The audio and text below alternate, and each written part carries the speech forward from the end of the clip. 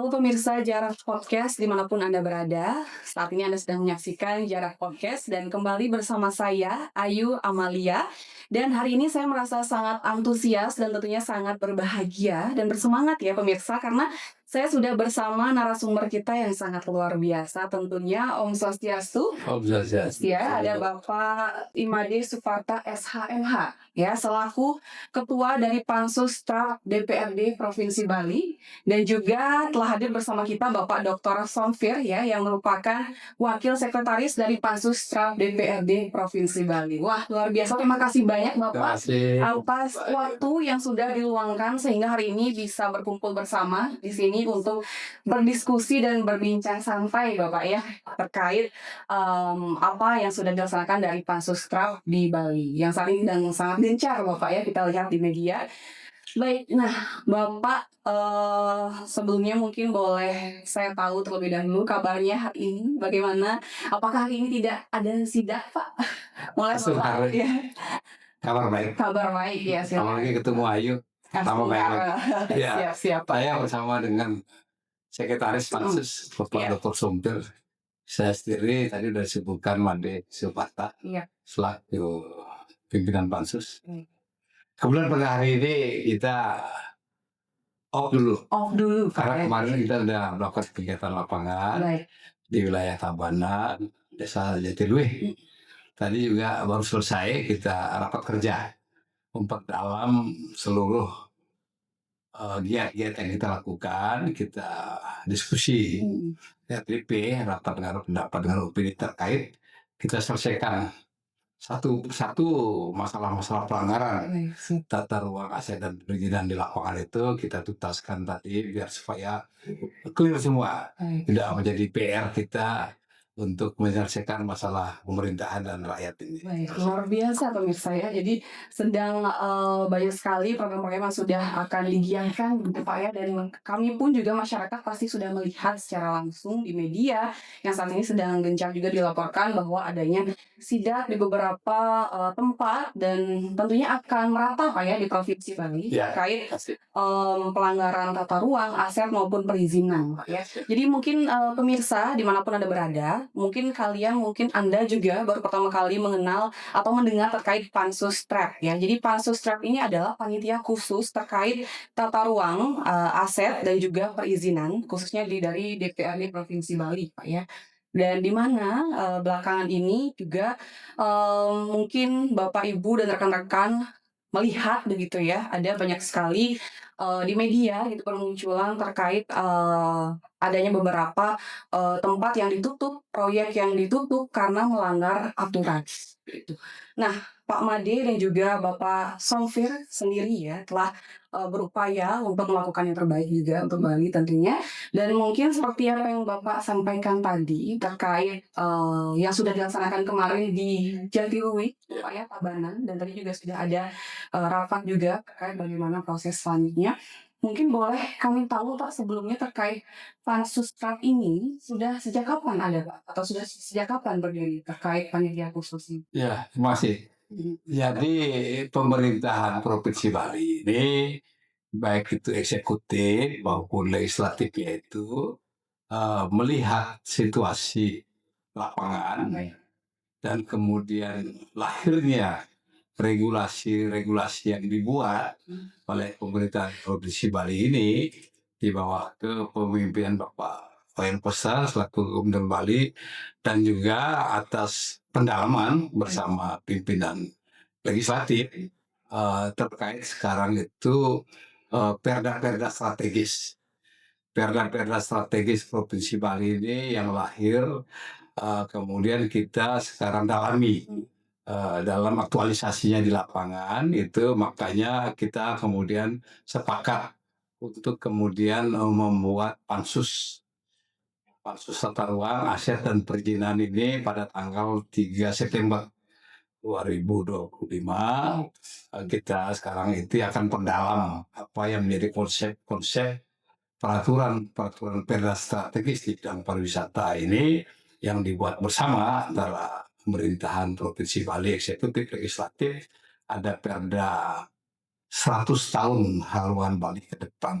Ini penting. Baik. Jadi ada perda-perda strategis lainnya itu perda tata ruang, perda ketinggian bangunan, perda lingkungan, kemudian perda tanggung besar Ketiflo ke Bali, Trihita Karana dan sebagainya. Ini banyak kali perda-perda yang ini menjadi perda strategis dalam perspektif filosofis Baik. ya untuk kepentingan menjaga alam Bali, yang kemudian satu kesatuan dengan undang-undang yang mengatur.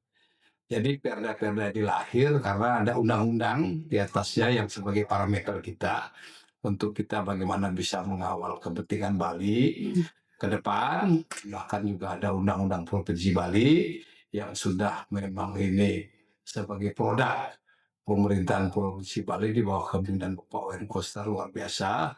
Maka itu undang-undang Provinsi Bali ini kemudian kita juga sebagai pegangan ya, sebagai pegangan dalam perspektif kita ini mengatur ruang-ruang yang ada di wilayah Provinsi Bali, kabupaten dan kota. Ini ruang ini kan banyak sekali. Ruang-ruang kemudian juga yang dikatakan ruang laut, ruang udara, ruang darat, dan bahkan ruang yang ada di dalam tanah. Ini semua penting.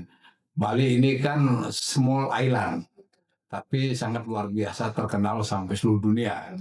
Kalau kita ini tidak jaga secara baik dan terukur, nanti dampaknya tidak bagus buat para tamu yang datang ke Provinsi Bali, yang sebagai tamu maupun sebagai orang-orang asing yang memanfaatkan ruang di Bali ini untuk kepentingan bisnis mereka. Maka itu kita semuanya itu evaluasi. Kita lihat sendiri ketika pansus ini mulai bergerak ke bawah setelah adanya banjir pada waktu itu tanggal 10 September kurang lebih itu ya, jadi 10 hari, 1 minggu ya sejak pansus ini dibentuk, tiba-tiba hujan besar yang mengakibatkan banjir di Bali ini di mana-mana. Maka itu ini sebagai parameter kita untuk kita bisa melakukan evaluasi. Ternyata benar, evaluasi di hulu itu ternyata banyak sekali pembalakan hutan-hutan. Kemudian hilirnya banyak sekali kegiatan-kegiatan di hilir yang utamanya di wilayah-wilayah pesisir dan pulau-pulau kecil ini. Ada 6 desa di Denpasar, ada 5 desa di wilayah Bandung sebagai Green Belt Bali. Jadi sebagai zona hijau dan zona resapan air ya di wilayah mangrove itu banyak sekali terjadi pelanggaran-pelanggaran, bahkan di wilayah-wilayah tebing dan jurang. Ya, itu di wilayah Bandung kita juga banyak temui pelanggaran-pelanggaran yang menggunakan ruang-ruang yang harusnya tidak boleh. Ya, contohnya itu di wilayah-wilayah sepanjang Pantai Bingin pada waktu itu kita evaluasi, bahkan sampai ke urusan tebing-tebing yang ada di wilayah Klungkung, Kabupaten Bungkung itu ada di kecamatan Nusa Penida, itu ruang-ruang tebing itu dipakai. Ya, betul. Kemudian juga ruang-ruang aliran sungai harusnya mereka itu mengikuti aturan, harusnya ada kegiatan setelah sungai itu adalah 3 meter sampai dengan 5 meter baru boleh. Kalau kegiatan di pantai juga itu 100 meter, sejak air pasang baru boleh ada kegiatan pembangunan, begitu juga di tebing. Ya, itu sudah diatur semua oleh undang-undang dan oleh perda. Makanya dengan inspirasi waktu itu ketika ada banjir ya di Bali, lebih aktualisasi kita mengevaluasi jelas sekali pelanggaran-pelanggarannya itu di hulu, daerah aliran sungai maupun di hilir. Itu kita lihat banyak sekali pelanggaran-pelanggaran yang menyebabkan banjir. Jadi ruang-ruang ini adalah ruang-ruang yang termasuk kita sendiri sebagai makhluk hidup, sebagai manusia yang betul-betul tidak bisa memperhatikan secara baik dan terukur. Ini kesalahan kita, jujur kita bilang ini kesalahan kita sebagai pengguna ruang itu yang tidak taat aturan. Ya, tidak taat asas, makanya terjadilah evaluasi yang dilakukan oleh Pansus Terap. Kami tim Pansus Terap ini semuanya mengevaluasi, kemudian bersama sekretaris, bersama tim lainnya ini atas koordinasi bersama pimpinan kepala daerah. Jadi kita bisa lihat ketika terjadi banjir pada waktu itu di Bali itu, pemerintahan Provinsi Bali dan Kabupaten Kota itu sama-sama sibuk ya mengevaluasi turun ke lapangan bahkan berbahasa ria kan itu Pak Koster dengan mantelnya dengan menggunakan jas hujannya itu membaur bersama masyarakat. Itu semua untuk kepentingan masyarakat Bali agar jangan sampai nanti terjadi lagi terulang lagi korban yang lebih besar pada itu. Makanya atas kemudian koordinasi kita ini dibawa ke pemerintah Provinsi Bali, Bapak Wali Koster. Kita semua aktif sekarang itu melakukan evaluasi terkait ruang-ruang yang saya sampaikan tadi. Baik, Pak Made, seperti yang sudah disampaikan tadi, itu juga Bapak Songfir ya, berarti terkait tindak tegas ya, seperti yang Bapak sudah sampaikan tadi, adanya pelanggaran terkait pembangunan izin. Tadi ya Bapak sampaikan ada di daerah Badung, kemudian Kelungkung, Nusa Penida khususnya yang kemarin juga sempat menggemparkan Bali gitu Bapak ya, bahkan sampai ke nasional juga ya terkait pembangunan yang melanggar aturan seperti itu, dan bahkan kemarin juga Bapak melakukan sidak di daerah Jatiluwih Tabanan.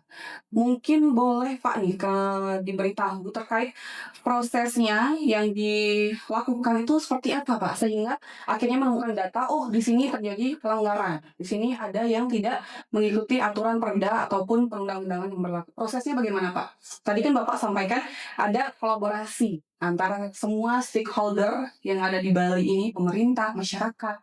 Kemudian prosesnya itu kalau dari Bapak sendiri dan tim Pansus bagaimana Pak? Sehingga akhirnya menemukan beberapa permasalahan-permasalahan. Iya, jadi kan lebih dalam lagi untuk kita mengamati pelanggaran-pelanggaran di ruang ini, di samping sekarang sudah media sosial yang begitu masif menyampaikan kepada seluruh masyarakat dan pemerintahan bahwa ada giat-giat yang melanggar jurang, ada kegiatan-kegiatan bangunan yang melanggar sepadan sungai, ada kegiatan yang melanggar sepadan danau, sepadan laut, kemudian di wilayah-wilayah sawah yang dilindungi. Di samping kami juga terus ini melakukan evaluasi untuk kepentingan mendalami perda-perda yang sudah kami buat bersama pemerintah eksekutif bersama pemerintah legislatif ini. Kita tes ombak, kita tes ombak terkait perda-perda strategis karena memang ada kewenangan pengawasan dari DPRD Provinsi Bali terkait perda-perda strategis yang ada hubungan dengan pariwisata. Kita dalami dalam konsep regulasi itu nyambung dia dengan Dumas dengan laporan masyarakat maupun yang kita lihat di media sosial nyambung dia. Maka itu kami dari tim Pansus melakukan kegiatan. Contoh di wilayah Jatiluwih yang kemarin kami lakukan evaluasi, karena memang sesuai dengan regulasi undang-undang dan regulasi perda-perda yang kita buat, ada Undang-Undang 41 2009. Persoalan sawah-sawah itu yang harus kita jaga dan kita lindungi. Jadi pelindungan terhadap sawah-sawah yang menjadi konsep sawah abadi.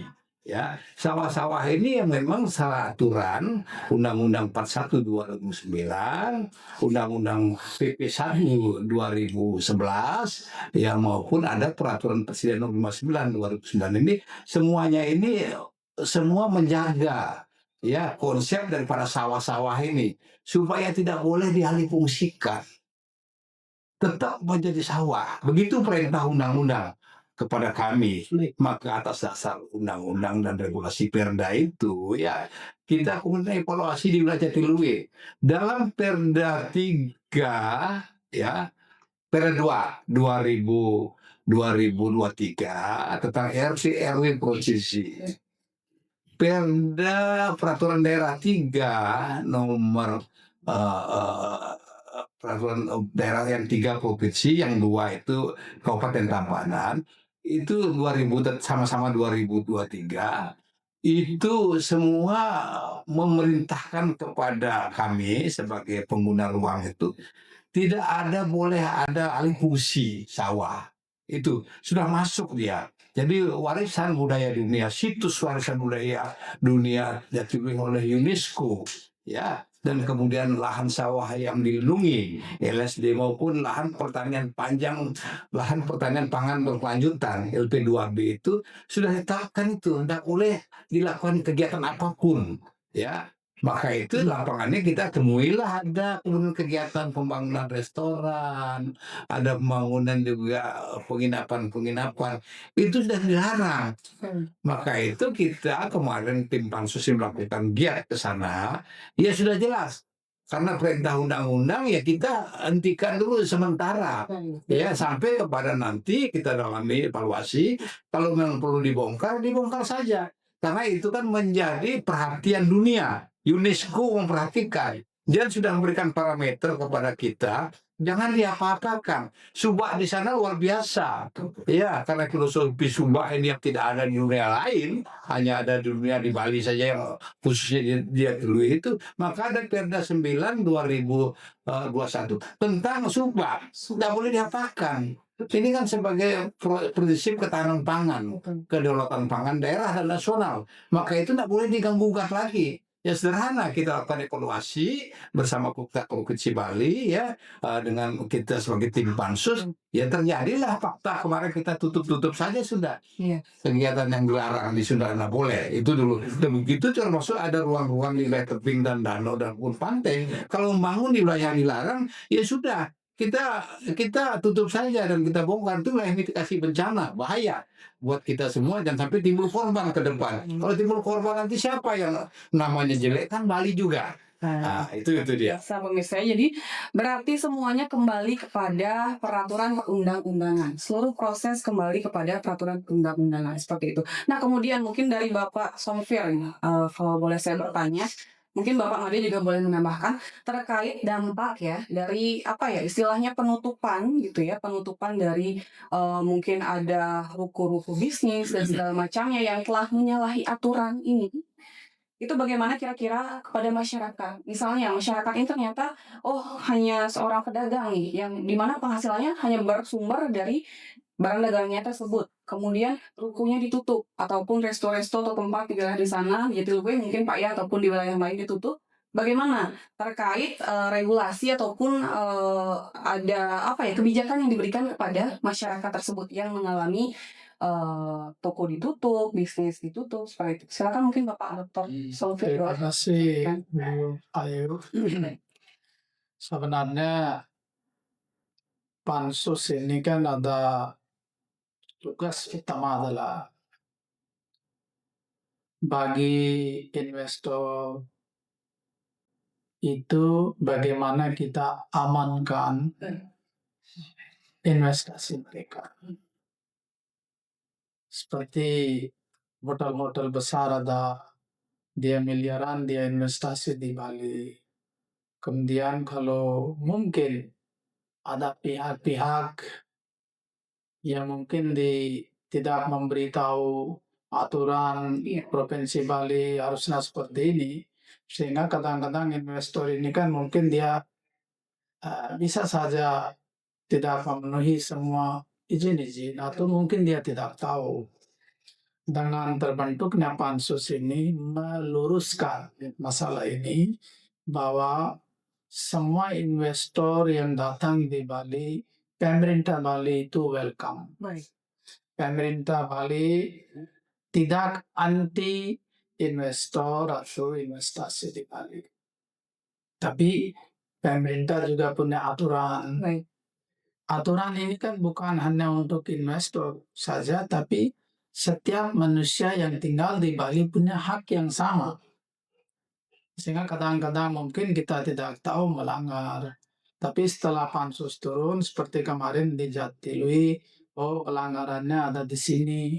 Oh mungkin awalnya mungkin dia terkejut karena dia tidak tahu. Baik. Sehingga masyarakat juga kita harapkan jangan sampai merasa takut, oh akan disidak. Baik. Sebenarnya ini membantu mereka. Hotel, restoran, dimanapun. Mungkin yang tidak punya izin dengan kehadiran pansus, sekarang semua mulai cari Urus izin, urus izin. Sehingga itu sebenarnya positif ini. Saya lihat kemarin dimanapun kita sidak, tidak ada yang terlalu protes. Paling banyak mereka akui kesalahan dan pansus juga beberapa memang yang dimana harus perlu tutup ya tutup. Tapi ada toleransi juga. Sehingga semua masyarakat Bali yang mungkin nonton hari ini, tolong harus sambut baik. Ini untuk kepentingan mereka, beliau-beliau, sehingga mereka punya izin karena pemerintah ini kan tidak punya pabrik. Betul. Dia juga pemerintah dapat lewat pajak lah, pemerintah punya dana. Sehingga kalau semua punya izin-izin aturan yang bagus jelas, sehingga dua belah pihak, pemerintah wajib lindungi mereka dan mereka taat pada aturan. Sehingga saya kira ini pansus bukan hantu ini. Pansus ini membantu masyarakat kita, DPRD Provinsi Bali, karena kita dipilih oleh rakyat, sehingga kita ingin jaga hak-hak masyarakat kita.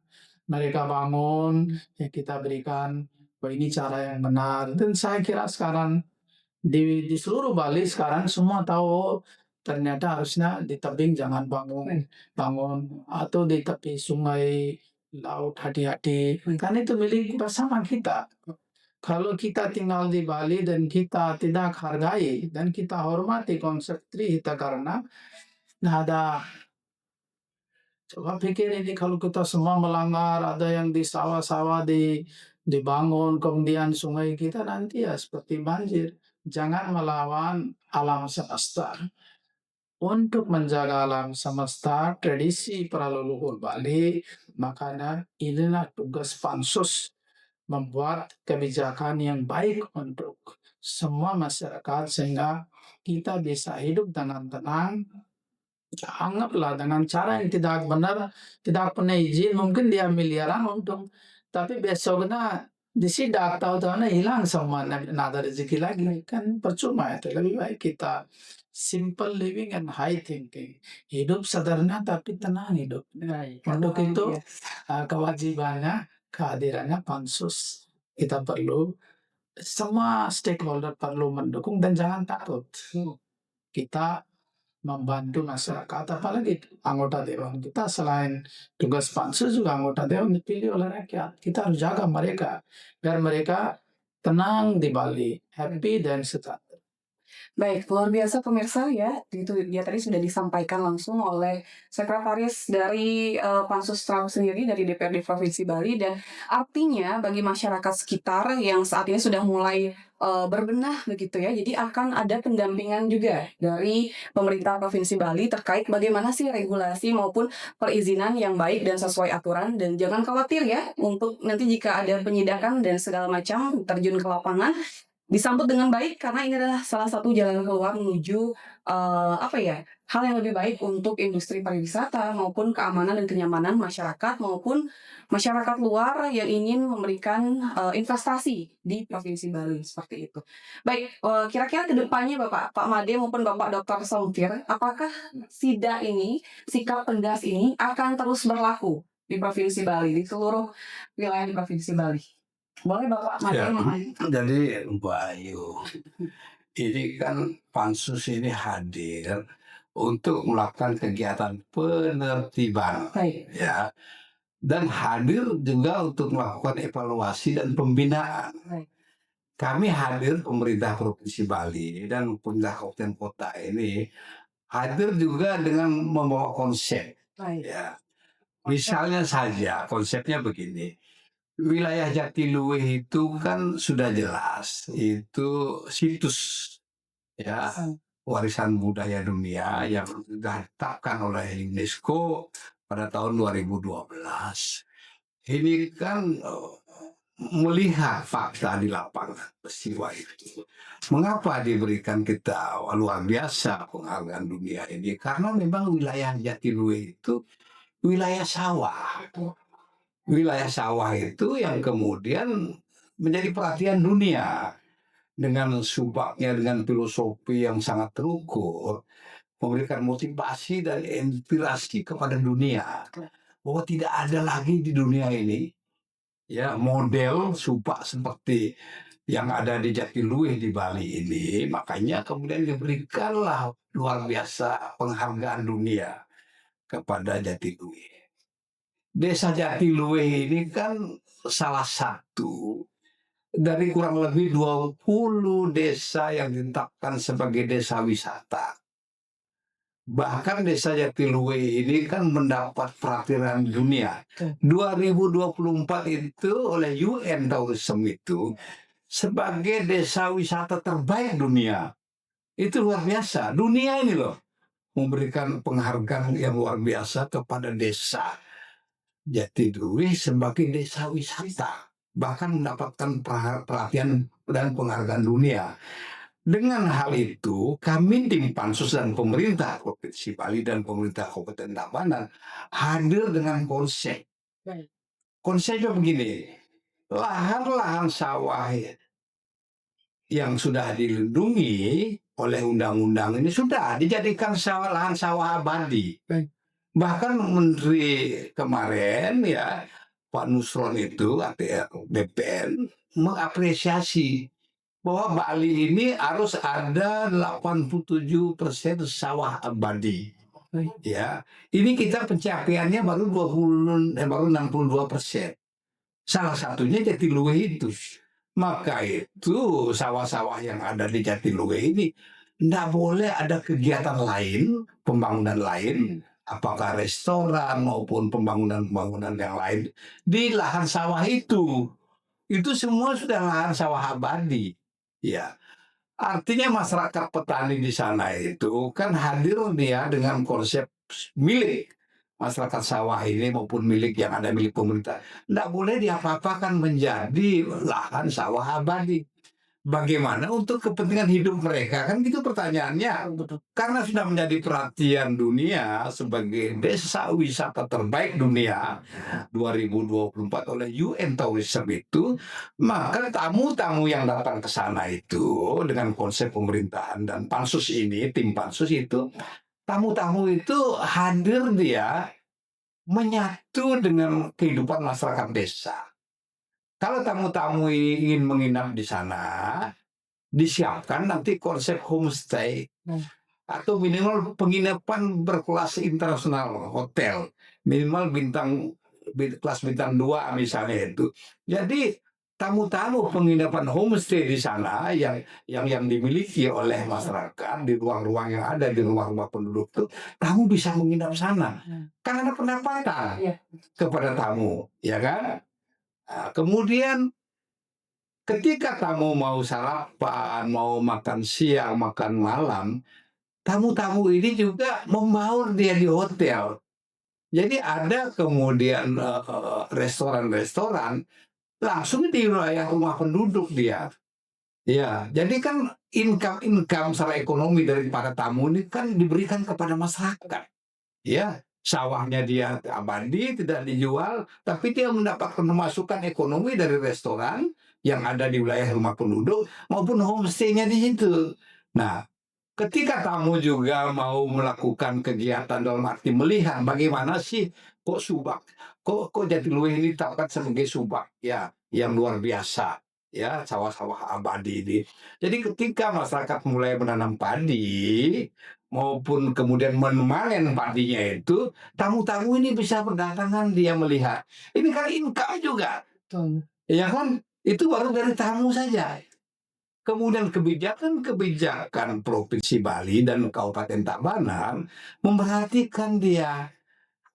Satu desa itu mungkin ada yang belum bersekolah anak-anaknya. Kan ada program Pak Gubernur sekolah gratis. Ya kan? Nah, jadi kami perhatikan juga memberikan gratis dia kepada kemudian keluarga-keluarga di sana yang memang harus bersekolah. Di samping dia sebagai petani abadi, jadi petani abadi yang kemudian dia ada untung.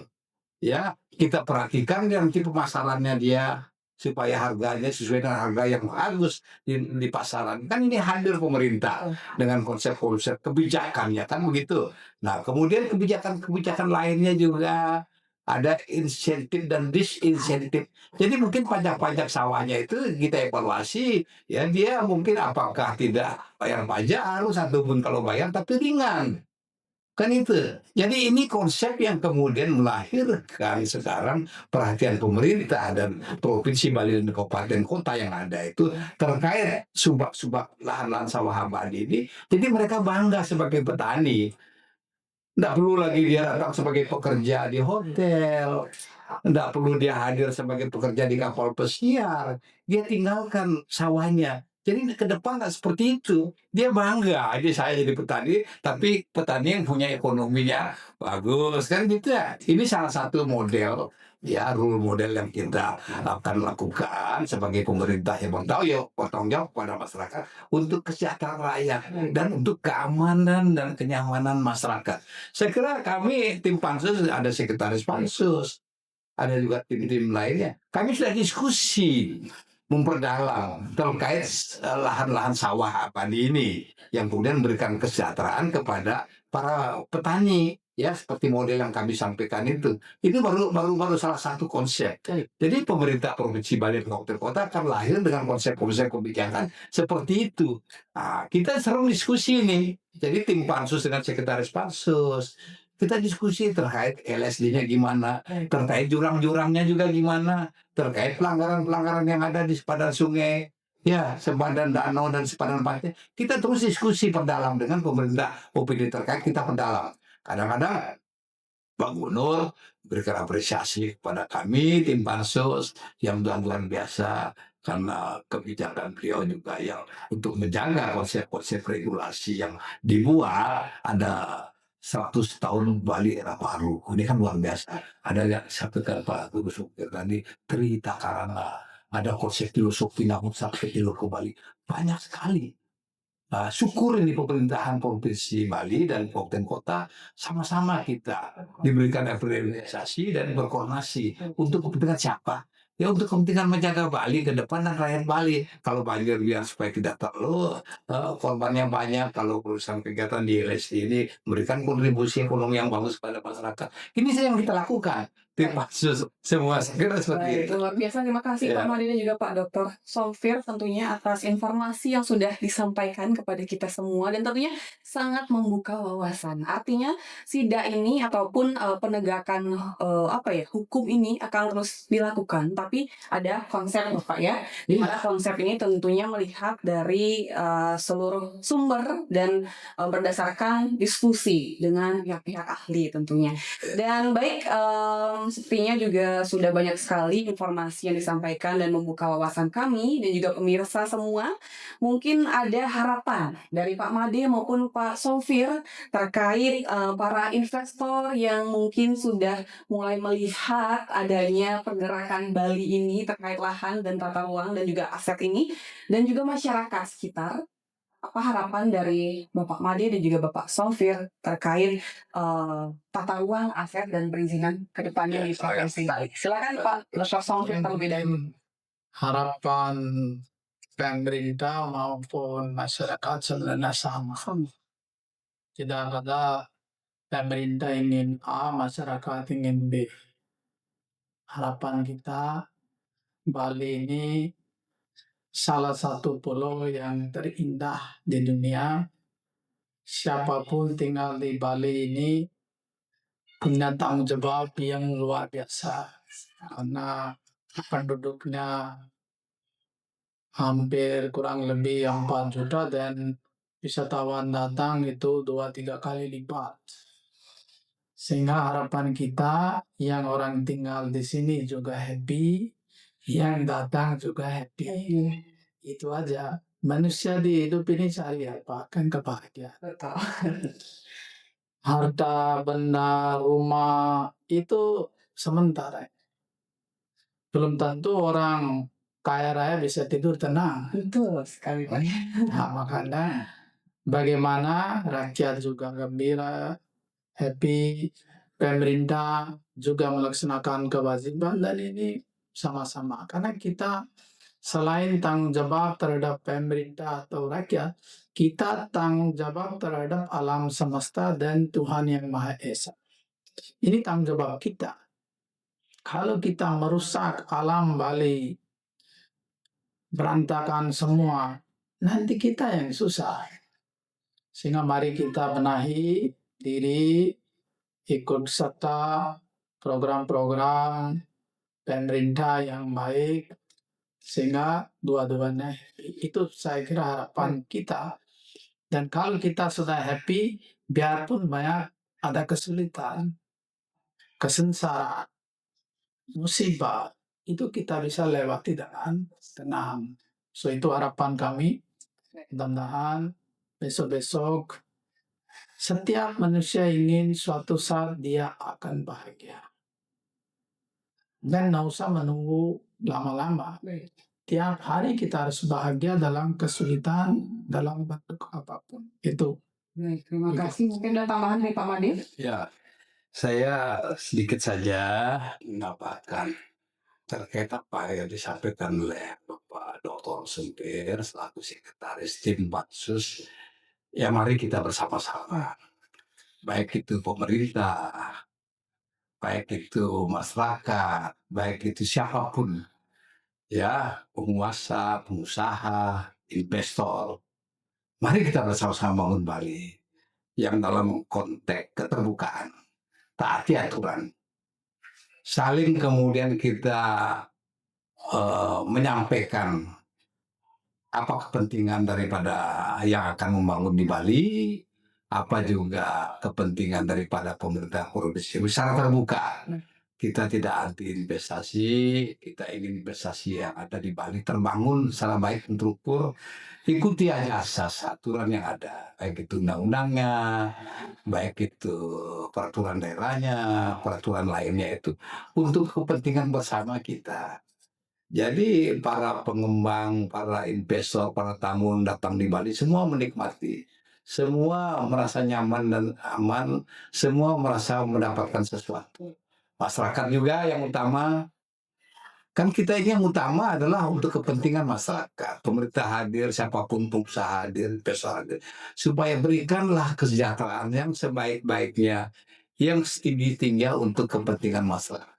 Ya, jadi pemerintah sebagai yang punya kewenangan untuk mengatur atau menambah PAD ini untuk semua untuk kepentingan masyarakat.